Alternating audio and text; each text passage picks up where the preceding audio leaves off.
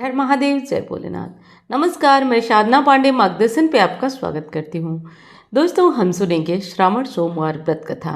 इस कथा को सुने बिना हमारा व्रत पूर्ण नहीं होता है। दोस्तों, व्रत छोटा हो या बड़ा, हर व्रत से जुड़ी हुई एक कथा होती है और उस कथा का श्रवण करना अनिवार्य होता है। तो चलिए श्रवण करते हैं श्रावण सोमवार व्रत कथा। सर्वप्रथम श्री गणेश जी का ध्यान लीजिए। ओम श्री गणेशाय नमः। उसके बाद गौरी संग गणपति का ध्यान करिए, महादेव संग पार्वती का ध्यान करिए और कथा श्रवण करिए। श्रावण सोमवार की कथा अनुसार अमरपुर नगर में एक धनी व्यापारी रहता था। दूर दूर तक उसका व्यापार फैला हुआ था। नगर में उस व्यापारी का लोग सम्मान करते थे। इतना सब कुछ होने पर भी वह व्यापारी अंतर्मन से बहुत दुखी था, क्योंकि उस व्यापारी का कोई पुत्र नहीं था। दिन रात उसे चिंता सताती रहती थी। चिंता इस बात की थी कि उसके बाद उसके व्यवसाय और धन संपत्ति को कौन संभालेगा। पुत्र पाने की इच्छा से वह व्यापारी प्रति सोमवार भगवान शिव की पूजा करने लगा। सायंकाल को व्यापारी शिव मंदिर में जाकर भगवान शिव के सामने घी का दीपक जलाया करता था। उस व्यापारी की भक्ति देखकर एक दिन पार्वती ने भगवान शिव से कहा, हे प्राणनाथ, यह व्यापारी कितना सच्चा भक्त है। कितने दिनों से यह सोमवार का व्रत और पूजा नियमित कर रहा है। भगवान, आप इस व्यापारी की मनोकामना अवश्य पूर्ण करें। भगवान शिव ने मुस्कुराते हुए कहा, हे पार्वती, इस संसार में सबको सबके कर्म के अनुसार फल की प्राप्ति होती है। प्राणी जैसा कर्म करते हैं उन्हें वैसा ही फल मिलता है। इसके बावजूद पार्वती जी नहीं मानी। उन्होंने आग्रह करते हुए कहा, नहीं प्राणनाथ, आपको इस व्यापारी की इच्छा पूरी करनी ही पड़ेगी। यह आपका अनन्य भक्त है। प्रति सोमवार आपका विधिवत व्रत रखता है और पूजा अर्चना के बाद आपको भोग लगाकर एक समय भोजन ग्रहण करता है। आपको इसे पुत्र प्राप्ति का वरदान देना ही होगा। पार्वती का इतना आग्रह देखकर भगवान शिव ने कहा, तुम्हारे आग्रह पर मैं इस व्यापारी को पुत्र प्राप्ति का वरदान देता हूँ, लेकिन इसका पुत्र 16 वर्ष से अधिक जीवित नहीं रह सकेगा। उसी रात भगवान शिव ने स्वप्न में उस व्यापारी को दर्शन देकर उसे पुत्र प्राप्ति का वरदान दिया और उसके पुत्र के 16 वर्ष तक जीवित रहने की बात बताई। भगवान के वरदान से व्यापारी को बहुत खुशी हुई, लेकिन पुत्र अल्पायु है, इस बात की चिंता उस खुशी को नष्ट कर दिया। व्यापारी पहले की तरह सोमवार का व्रत विधिवत करता रहा। कुछ महीने पश्चात उसके घर अति सुंदर पुत्र उत्पन्न हुआ। पुत्र जन्म से व्यापारी के घर में खुशियां भर गई। बहुत धूमधाम से पुत्र जन्म का समारोह मनाया गया। व्यापारी को पुत्र जन्म की अधिक खुशी नहीं हुई, क्योंकि उसे पुत्र की अल्पायु के रहस्य का पता था। यह रहस्य घर में किसी को मालूम नहीं था। विद्वान ब्राह्मणों ने उस पुत्र का नाम अमर रखा। जब अमर 12 साल का हुआ तो शिक्षा के लिए उसे वाराणसी भेजने का निश्चय हुआ। व्यापारी ने अमर के मामा दीपचंद को बुलाया और कहा कि अमर को शिक्षा प्राप्त करने के लिए वाराणसी छोड़ाओ। अमर अपने मामा के साथ शिक्षा प्राप्त करने के लिए चल दिया। रास्ते में जहाँ भी अमर और दीपचंद रात्रि विश्राम के लिए ठहरते थे, वहीं यज्ञ करते थे और ब्राह्मणों को भोजन कराते थे। लंबी यात्रा के बाद अमर और दीपचंद एक नगर में पहुँचे। उस नगर के राजा की कन्या का विवाह पूरी खुशी और नगर को सजाकर किया जा रहा था। निश्चित समय पर बारात आई, लेकिन वर का पिता अपने बेटे के एक आंख से काने होने के कारण बहुत चिंतित था। उसे इस बात का भय सता रहा था कि राजा को इस बात का पता न चलने दे कि कहीं वह विवाह से इनकार न कर दे। इससे उसकी बदनामी होगी। वर के पिता ने अमर को देखा तो उसके मस्तिष्क में एक विचार आया। उसने सोचा कि उन्हें इस लड़के को दूल्हा बनाकर राजकुमारी से विवाह करा दूं। विवाह के बाद उसके धन देकर विदा कर दूंगा और राजकुमारी को अपने नगर ले जाऊंगा। वर के पिता ने इसी संबंध में अमर और दीपचंद से बात की। दीपचंद ने धन मिलने के लालच में वर के पिता की बात स्वीकार कर ली।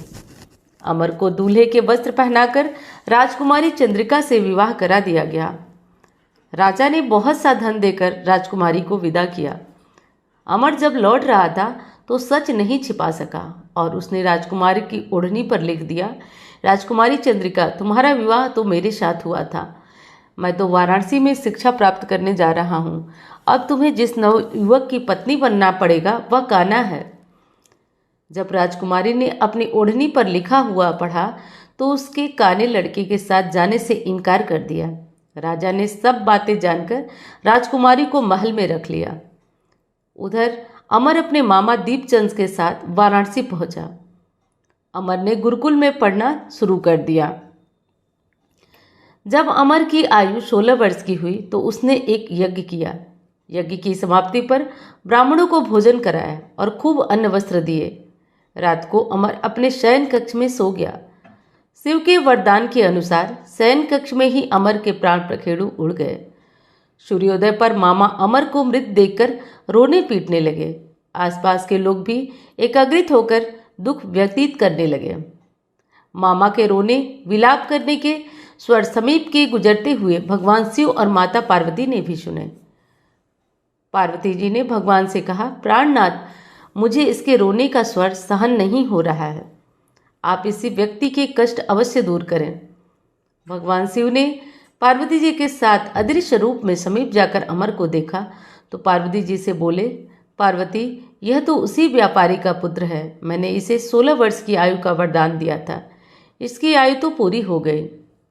पार्वती जी ने फिर भगवान शिव से निवेदन किया, हे प्राणनाथ, आप इस लड़के को जीवित करें, नहीं तो इसके माता पिता पुत्र की मृत्यु के कारण रो रो कर अपने प्राण त्याग देंगे। इस लड़के का पिता आपका परम भक्त है। वर्षों से सोमवार का व्रत करते हुए आपको भोग लगा रहा है। पार्वती के आग्रह करने पर भगवान शिव ने उस लड़के को जीवित होने का वरदान दे दिया और कुछ ही पल में वह लड़का जीवित होकर बैठ गया। शिक्षा समाप्त करके अमर अपने मामा के साथ अपने नगर को चल दिया। दोनों चलते हुए उसी नगर में पहुंचे जहां अमर का विवाह हुआ था। उस नगर में भी अमर ने यज्ञ का आयोजन किया। समीप से गुजरते हुए नगर के राजा ने यज्ञ का आयोजन देखा। राजा ने अमर को तुरंत पहचान लिया। यज्ञ समाप्त होने पर राजा अमर और उसके मामा को महल में ले गया और कुछ दिन उन्हें महल में रखकर बहुत सा धन वस्त्र देकर राजकुमारी के साथ विदा किया। रास्ते में सुरक्षा के लिए राजा ने बहुत से सैनिकों को भी भेज दिया। दीपचंद ने नगर में पहुंचते ही एक दूत को घर भेजकर अपने आगमन की सूचना भेजी। अपने बेटे अमर के जीवित वापस लौटने की सूचना से व्यापारी बहुत प्रसन्न हुआ। व्यापारी ने अपनी पत्नी के समक्ष स्वयं को कमरे में बंद कर लिया। भूखे प्यासे रहकर व्यापारी और उसकी पत्नी बेटी की प्रतीक्षा करने लगे। उन्होंने प्रतिज्ञा कर रखी थी कि यदि उन्हें अपने बेटे की मृत्यु का समाचार मिला तो दोनों अपने प्राण त्याग देंगे। व्यापारी अपनी पत्नी और मित्रों के साथ नगर में के द्वार पर पहुंचा। अपने बेटे का विवाह का समाचार सुनकर पुत्र वधू राजकुमारी चंद्रिका को देखकर उसकी खुशी का ठिकाना न रहा। उसी रात भगवान शिव ने व्यापारी को स्वप्न में आकर कहा, हे श्रेष्ठी, मैंने तेरे सोमवार के व्रत करने और व्रत कथा सुनने से प्रसन्न होकर तेरे पुत्र को लंबी आयु प्रदान की है। व्यापारी बहुत प्रसन्न हुआ। सोमवार का व्रत करने से व्यापारी के घर में खुशियां लौट आई। शास्त्रों में लिखा है कि जो स्त्री पुरुष सोमवार का विधिवत व्रत करते हैं और व्रत कथा सुनते हैं, सुनाते हैं, उनकी सभी इच्छाएं महादेव की कृपा से पूर्ण होती है। दोस्तों, सोमवार का व्रत करना हर स्थिति में लाभप्रद होता है, इसलिए हर व्यक्ति को सावन सोमवार का व्रत अवश्य करना चाहिए। सावन सोमवार का व्रत करने से व्यक्ति के जीवन में हर तरह के कष्ट दूर हो जाते हैं। चलिए अब सुन लेते हैं सावन सोमवार की एक और कथा, जिसका कि श्रवण करना अति अनिवार्य है, तो कथा को विधिवत श्रवण करिए। मृत्युलोक में भ्रमण करने की इच्छा से एक समय श्री भूतनाथ भगवान भोलेनाथ माता पार्वती मृत्युलोक में पधारे।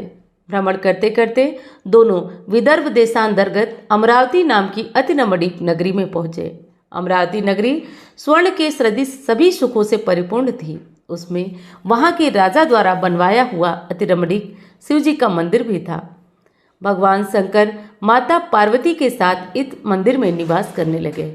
एक समय माता पार्वती जी भगवान भोलेनाथ को प्रसन्न देखकर बोली, हे महाराज, आज तो हम दोनों चौसर खेलेंगे।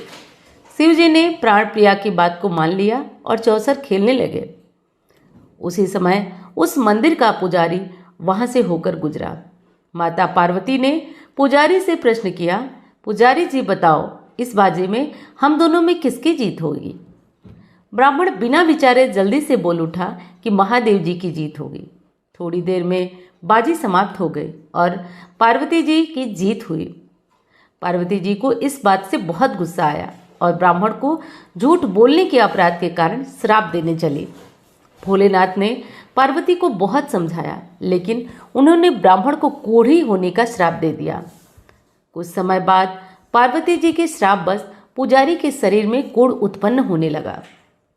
वो बहुत दुखी रहने लगा। पुजारी के कोढ़ के कष्ट को देखते हुए जब बहुत दिन गुजर गए, तब एक दिन देवलोक की अप्सराएं शिव जी की पूजा करने के लिए उसी मंदिर में पधारी।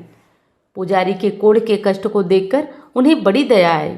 उसने उनसे रोगी होने का कारण पूछा। पुजारी ने निसंकोच सारी बातें अप्सराओं को बता दी। पुजारी, अब तुम अधिक दुखी मत होना। सावन सोमवार का व्रत भक्ति भाव से करो। पुजारी ने अप्सराओं से व्रत की विधि पूछी।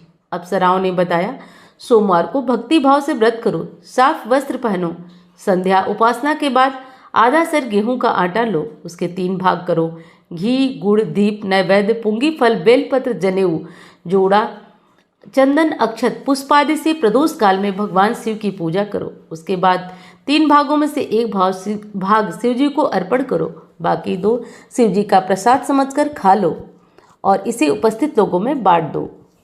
अगर आप में थोड़ी शक्ति न हो तो आप इस विधि से व्रत करो।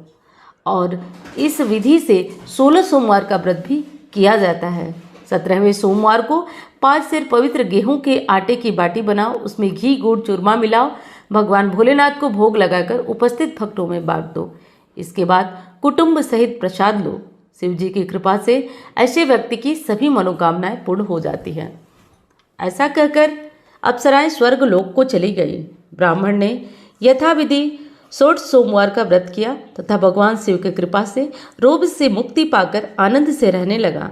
कुछ दिन बाद शिव जी और माता पार्वती जी पुनः उस मंदिर में पधारे। पुजारी को निरोग देखकर पार्वती जी ने ब्राह्मण से पूछा कि तुम रोग मुक्त कैसे हुए? ब्राह्मण ने 16 सोमवार व्रत कथा सुनाई। पार्वती जी को बहुत प्रसन्नता हुई। ब्राह्मण से व्रत की विधि पूछकर स्वयं भी व्रत करने के लिए तैयार हो गई। व्रत करने के बाद उनकी सभी मनोकामना पूरी हुई और उनके रूठे बेटे स्वामी कार्तिकेय स्वयं माता के आज्ञाकारी हुए। कार्तिकेय जी को अपना यह विचार परिवर्तन जानने के रहस्य की इच्छा हुई। वे माता से बोले, हे माता, आपने ऐसा कौन सा उपाय किया जिससे मेरा मन आपकी तरफ आकर्षित हो गया?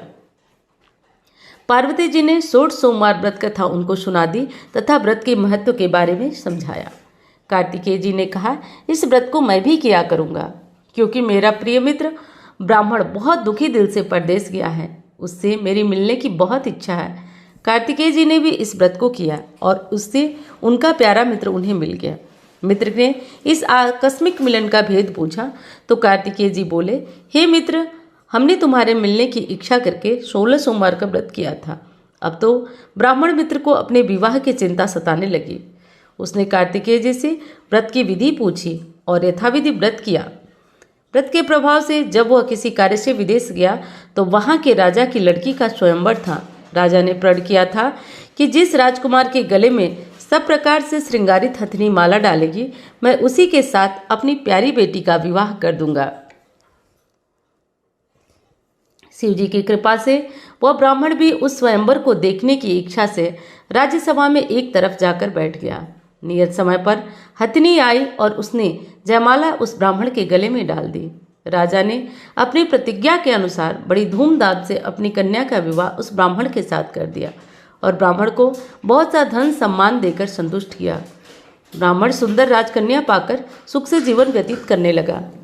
एक दिन कन्या ने अपने पति से प्रश्न किया, हे प्राणनाथ, आपने ऐसा कौन सा भारी पुण्य किया था जिसके प्रभाव से हथिनी ने सब राजकुमारों को छोड़कर आपको वरण किया? ब्राह्मण बोला, हे प्राण प्रिय, मैंने अपने मित्र कार्तिकेय जी के कथनानुसार 16 सोमवार का व्रत किया था, जिसके प्रभाव से मुझे तुम जैसे रूपवान पत्नी की प्राप्ति हुई थी। इस व्रत की महिमा सुनकर राजकन्या को बहुत हैरत हुई। वह भी पुत्र की कामना करके इस व्रत को करने लगी। शिवजी की दया से उसके गर्भ से एक सुंदर, सुशील, धर्मात्मा और विद्वान पुत्र उत्पन्न हुआ।